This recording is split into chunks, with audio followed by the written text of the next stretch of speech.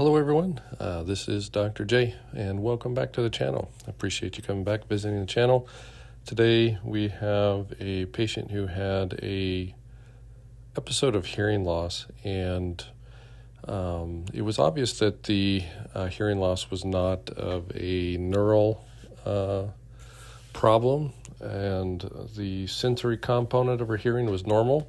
She had a conductive component, and what we discovered with her exam was that she had a very dry layer of skin that was covering the eardrum, and with it being in the position on the eardrum, it was restricting the motions of the eardrum and therefore inhibiting the sound waves produced from an external source going through the eardrum to the cochlea. And that's what we call conductive hearing loss. So we started the patient on a very conservative routine of earwax softening drops or oils, and had her come back several times, and the skin on the ear canal as well as the eardrum was just not migrating like it should. A lot of times in the scenario, when I see that extra layer of skin that's not sloughing off of the eardrum as it should, after a few treatments with some topical oils, it'll slough off and come out, and then it's very easily just suctioned clear, and their hearing improves and they're on their way. But in this scenario, she just wasn't improving.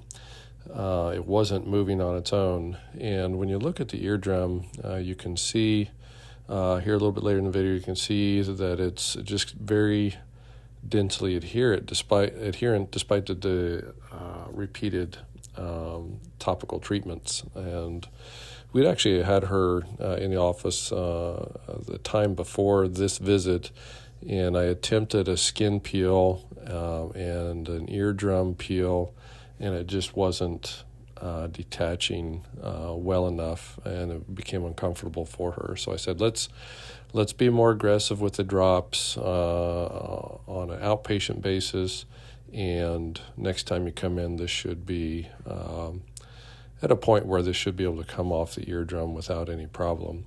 So now we've cleared out most of the ear canal, and now we're right on what we would call the posterior or the back margin of the eardrum. And you can see we're just starting to uncover the natural eardrum, and the old skin layer, which you can see there, it's kind of wrinkly with some ridges and rows there, is resting right on the eardrum, and we're about to uncover the first bone in the ossicular chain, the malleus, incus, and stapes, from lateral to medial. And so there you're starting to see some of the hearing bones that are just underneath the surface of the eardrum that are attached to the back side of the eardrum. Here we're back in the canal. We're working our way towards the bottom part of the eardrum, and then off to the right is what we call the anterior sulcus, or the anterior groove.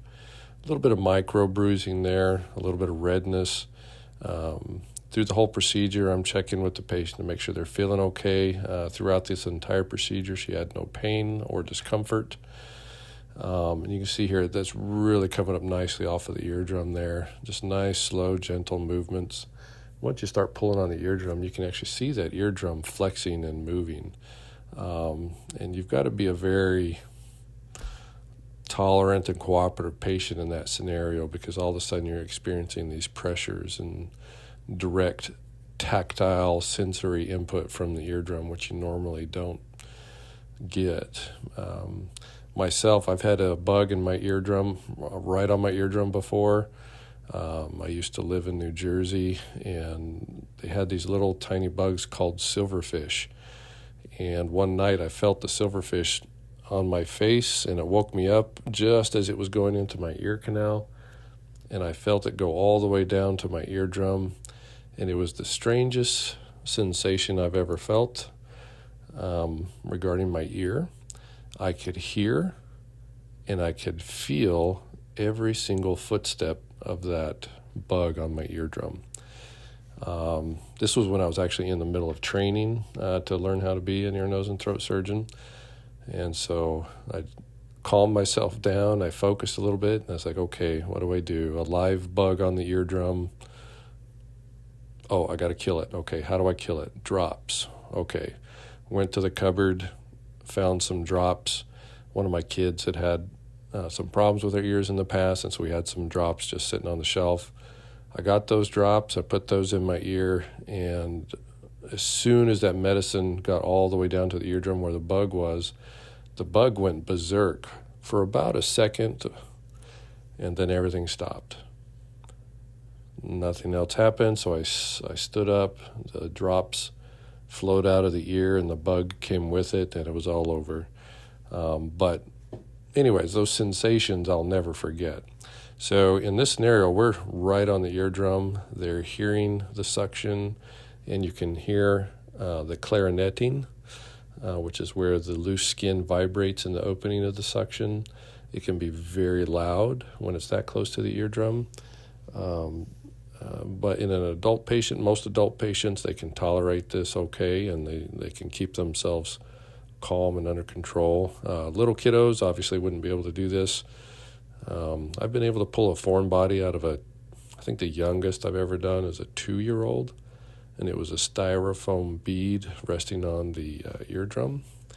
That's the youngest I've ever done in the office. But here, this last little piece of old skin is coming off the eardrum very nicely.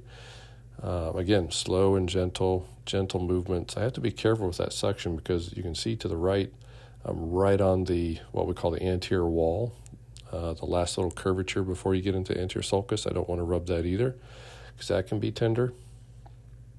And here the last piece starts to come out. The whole process in the office probably took 10 to 15 minutes. It's a bit longer than I usually take for most patients, but she definitely needed the time and needed a little bit of help trying to get that cleared. As soon as it was out, she had an immediate improvement in her hearing, and from that time, we have her on regular routine ear drops to keep that cascading skin clear from the ear, and I'll see her back on probably on a 6-month basis. Thanks for watching. Thanks for sticking around to the end. And as always, have a great day. Bye.